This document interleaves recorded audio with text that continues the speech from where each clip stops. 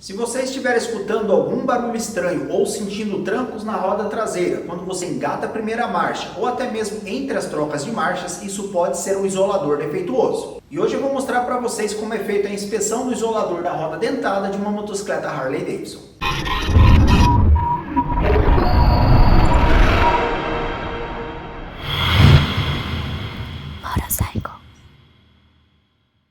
Nas motocicletas da família Touring, a roda dentada não é parafusada diretamente na roda da moto. Ela é parafusada em um compensador.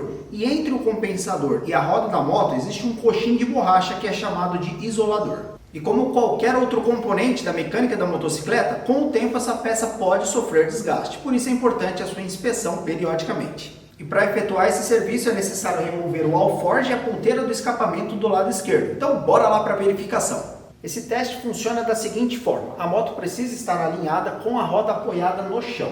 É instalado um cordão aqui no eixo da roda apoiado na bucha e na extremidade do cordão aqui um peso, como se fosse um prumo de pedreiro mesmo, para essa linha ficar bem esticadinha.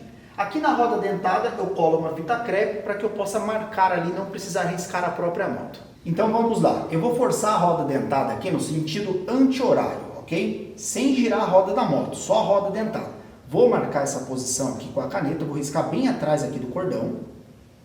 E agora eu vou girar no sentido oposto, no sentido horário. Vou segurar aqui e vou marcar de novo.